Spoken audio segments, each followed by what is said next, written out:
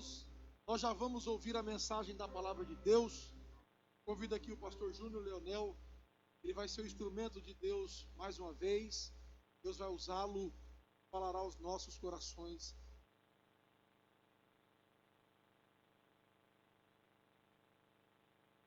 Glória a Deus. Senhor, a todos os irmãos.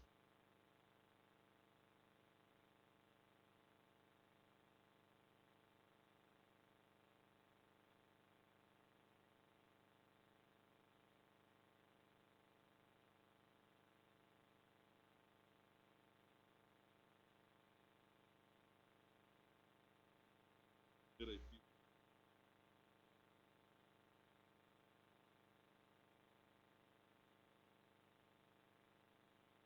Onze.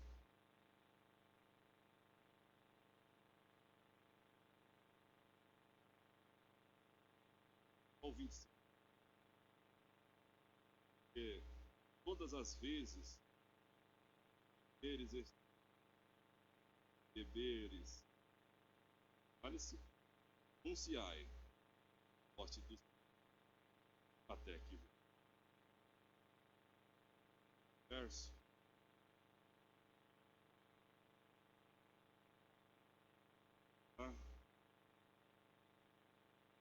Essa oportunidade. Isto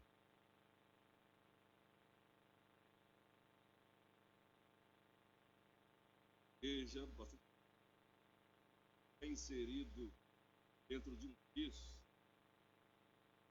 a qual é a referência, leitura tradicional ou oficial da ceia do Senhor.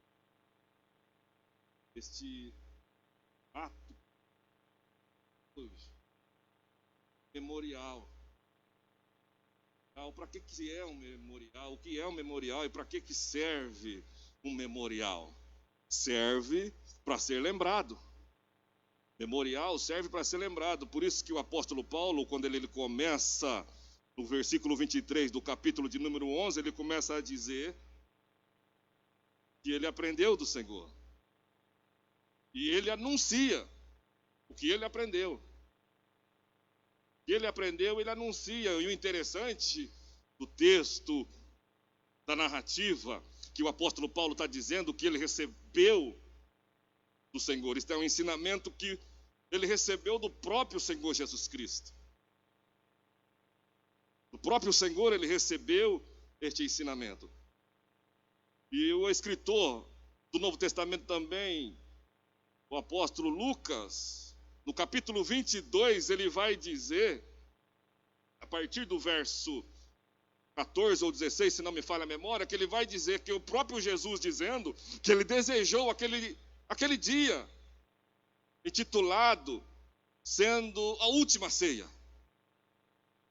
Sendo a última ceia aquela, no capítulo 22 de Lucas, que ele registra. E o texto é bem interessante porque ele vai dizer, o próprio Jesus dizendo, que naquela noite, naquele momento, ele desejou aquele momento até a sua partida. Ou melhor, antevendo a sua partida. Me chama a atenção que Jesus participou com eles, notoriamente, 3 anos de ceia. E só na última ceia ele vai dizer que ele desejou aquele dia, antevendo o teu sofrimento, antevendo que daquela saída ali, daquele lugar, daquele cenáculo, ele iria para um recanto de oração, e a sua oração seria interrompida, porque os seus acusadores, os seus que queriam o prender, iria naquela noite, ele seria preso. Durante os 3 anos que ele esteve participando de ceia, ele não disse aquilo. Mas nessa última ceia ele disse que ele desejou.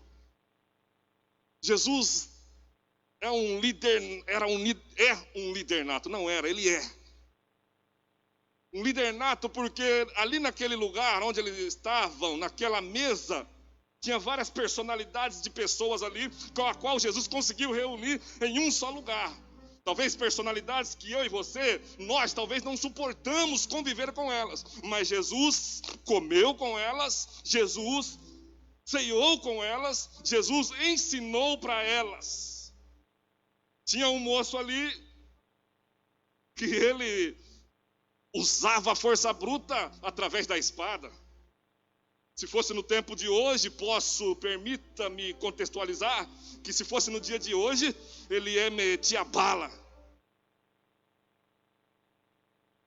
Tinha um moço com a personalidade ali que um ladrão, e talvez nós não queríamos nem que esse moço chegasse próximo à nossa casa, porque ele era um ladrão. E o outro mais raivoso ainda, porque achava que era o dono da verdade. Chegou numa cidade apregoando o evangelho, as pessoas não queriam ouvir o evangelho. Ele disse para Jesus: Jesus, vamos matar todo mundo lá, porque eles não querem receber o evangelho. Achavam que era o dono da verdade, politizando e pluralizando e privatizando a palavra ou a salvação, achando que era o dono da verdade. Pessoas de diversas personalidades estavam ali, naquela mesa. Pessoas incrédulas, que a tal ponto de um moço chegar e dizer que acreditava em Jesus se ele aparecesse na frente dele com as mãos furadas. Jesus conseguiu reunir várias personalidades ali, naquele momento, naquela noite, e durante um tempo que esteve com ele. E diante deste período, nesta ceia, ele vai dizer para aqueles moços que ele desejou aquele momento, antevendo a sua partida. Por isso que ele disse, na continuidade do texto, no capítulo 22 de Lucas, que ele desejou e até que ela se repita na eternidade. Sabendo e já dizendo que eles iriam se encontrar de novo. Não naquele plano terreno, mas num lugar melhor, muito melhor. E o texto que nós acabamos de fazer a leitura no capítulo de número 11, o verso 27, é um memorial anunciando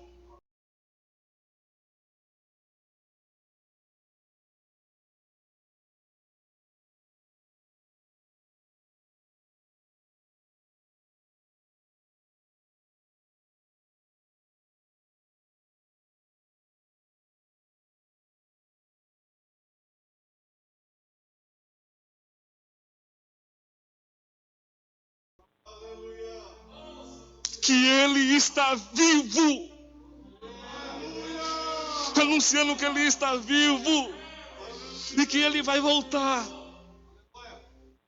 Mas a tônica da mensagem, da homilia nessa noite é que ele não olhou para quem eram aqueles moços que estavam ali na sua frente. Se um era ladrão, se o outro era corrupto, ou se o outro era incrédulo, quem quer que seja. Ele tinha certeza que o poder da palavra, que o evangelho poderia mudar aquelas pessoas. E depois da sua morte, aquelas pessoas tiveram suas vidas transformadas pelo poder da palavra. Porque essa palavra, ela transforma, essa palavra, ela liberta, essa palavra, ela renova.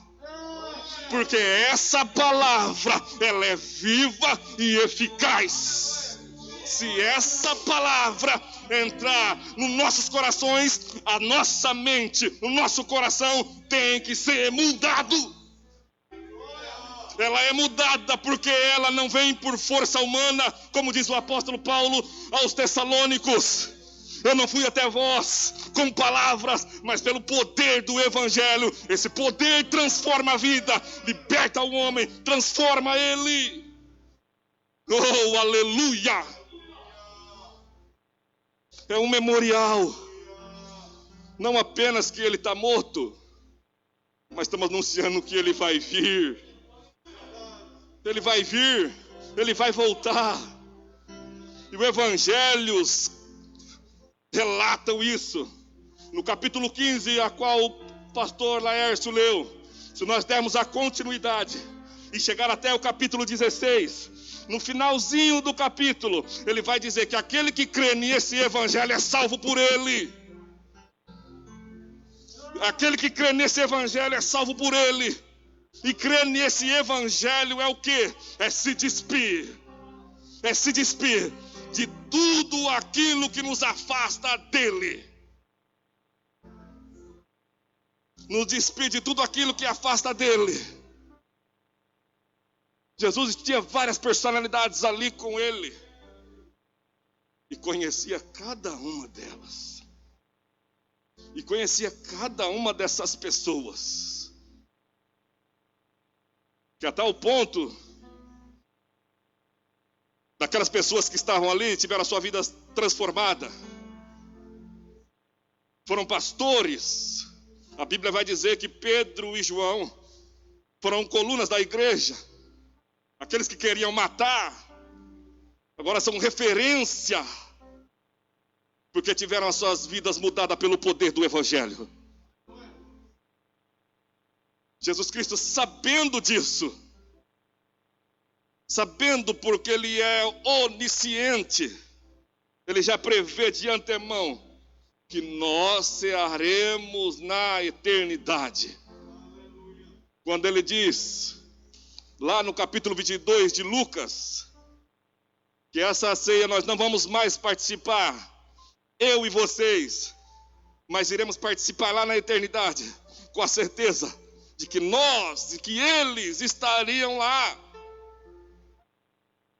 Porque sabia que o Evangelho, que a sua palavra é transformadora, que a sua palavra irá transformar, ou iria transformar aqueles homens. Iriam transformar aqueles homens. E nessa noite, meus irmãos e irmãs, Igreja do Senhor, onde você estiver reunida, acreditamos e apregoamos que nós vamos participar com Ele. Vamos participar com Ele na eternidade. Precisamos entender o que é este momento, o que é este memorial. Não é apenas pão e vinho, não é apenas lembrar que Jesus morreu, não é apenas lembrar que Jesus vai voltar, não é apenas isso, mas é viver isso, é viver com a certeza de que hoje pode ser, de que amanhã pode ser, e que se amanhã for esse dia, nós temos a nossa vida transformada. Nós temos nosso coração e a nossa mente renovada. Porque o apóstolo Paulo diz na sua epístola aos Coríntios, no capítulo de número 5 e o verso 17, na segunda epístola, que aquele que está em Cristo é nova criatura. É nova criatura. Ele diz que as coisas passadas já foi embora, já foi. Agora é novo, tudo é novo. Mesmo em tempos difíceis, embora estamos distante, querem nos imputar, querem nos calar, fechando igreja, querem nos distanciar para que o evangelho não se prolifere. Mas Ele é fiel na sua palavra. Ele é fiel na sua palavra. Feliz foi o nosso pastor em dizer e já profetizar que nós vamos fazer um culto de ação de graça, porque nós acreditamos no nosso Deus, com a certeza que isso vai passar, que isso é passageiro. Precisamos estar no lugar certo, na hora certa e no momento certo. Qual é o momento e a hora certa? É nos pés do Senhor Jesus. É nos pés dele. É diante dele. Oh, aleluia. E entender, não apenas de palavra, mas de vivência. Anunciando amanhã, com o nosso modo de viver, que Jesus está voltando. anunciando terça-feira com a nossa vivência, que Jesus está vivo. Não apenas hoje, nesse dia, agora, neste momento aí onde você estiver. Não. Porque Ele é onipresente. E Ele é um ser atemporal. Não existe tempo. Ele está aqui hoje, Ele vai estar aqui amanhã, Ele vai estar aqui na quarta-feira, na terça-feira. Porque Ele é atemporal, Ele não se restringe ao tempo. E aonde nós estivermos, o apóstolo Paulo diz, ou melhor, o apóstolo João diz, que ele nos contempla com os seus olhos como chama de fogo. Com chamas de fogo, perfigurando que ele consegue enxergar o mais lado obscuro do nosso coração. Ele nos conhece por dentro. Por dentro. E hoje é o dia. É o dia. Ontem também foi o dia. Hoje é o dia. Amanhã é o dia. Que dia é esse? O dia do Senhor. O dia do Senhor. Para salvação. Para salvação. Digo isto, porque quando a Bíblia fala de dia do Senhor, a Bíblia fala que será o dia mais terrível na face da terra. Porque o apóstolo Paulo diz, ou melhor, o profeta Joel diz no capítulo de número 2, no versículo 27, ele diz que o dia do Senhor será terrível. Será terrível. Vai ser o dia em que as pessoas irão procurar e não irão achar. Por que o dia é terrível? Porque é esse dia que o Senhor vai derramar toda a sua ira. Deus se ira sim. E hoje é o motivo para nos alegrarmos, porque através da morte de Jesus Cristo, Ele nos salva. Não salva todo mundo, mas salva aqueles que foram até Ele. É da ira vindoura que Ele nos salva. E nesse dia, hoje, neste memorial, estamos dizendo isso quando nós apregoamos e professamos que Jesus Cristo vai voltar. Jesus Cristo vai voltar, o tempo é hoje para abandonar o pecado. O tempo é hoje para você pedir perdão. Para que você tem que pedir? O tempo é hoje. O apóstolo Paulo diz nesta leitura que fizemos no capítulo de número 11, ele vai dizer que o homem ele tem que se examinar, tem que, como diz o salmista, esquadrinhar o seu coração para ver se vai pesar na balança de Deus. Se esquadrinha, se examina. Só toma a Santa Ceia depois que você se examinar. A ordem que Ele nos dá é uma ordem. Examine-se e depois tome a ceia. Não fique sem tomar.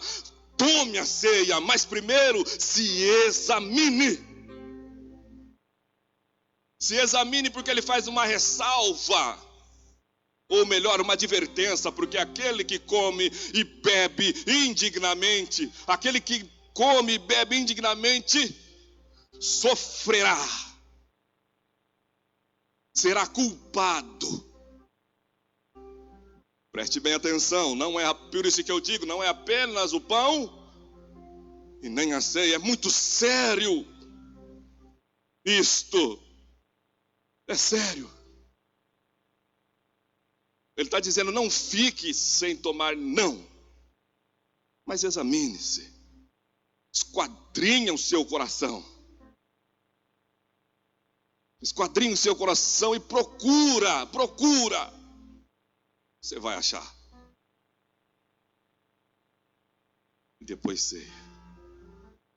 E essas pessoas, o apóstolo Paulo fala que essas pessoas que não se examinam, que não se esquadrinhem, elas vivem de maneira desordeira. Vive como se estivesse dormindo. Vive como se doentes. Vivem doentes. Vivem numa vida pregressa, numa vida de pecado. A sua mente é cauterizada de que o pecado não é pecado. De que a mentira não é pecado. De que o adultério não é pecado. São pessoas doentes. Jesus é a cura. São pessoas doentes. Achar que enganar não é pecado. Falar mentira. Nós estamos anunciando, isso é muito sério. Nós estamos anunciando que ele vai voltar. E o apóstolo Pedro diz lá na sua primeira epístola, diz que ele vai voltar para buscar um povo zeloso de boas obras. Ele não vai buscar o mundo inteiro, ele vai buscar um povo zeloso e de boas obras. Detalhe, com identidade. Identidade que caracteriza este povo como povo de Deus, como povo seu. Boas obras. O apóstolo diz que as obras não salvam, mas ela acompanha os salvos. Meus irmãos, igreja do Senhor, tempos nunca foram fáceis para a igreja. Tempos nunca foram fáceis. Posso dizer que hoje está mais light. Posso dizer, usar essa expressão que hoje está mais light, porque estamos aqui.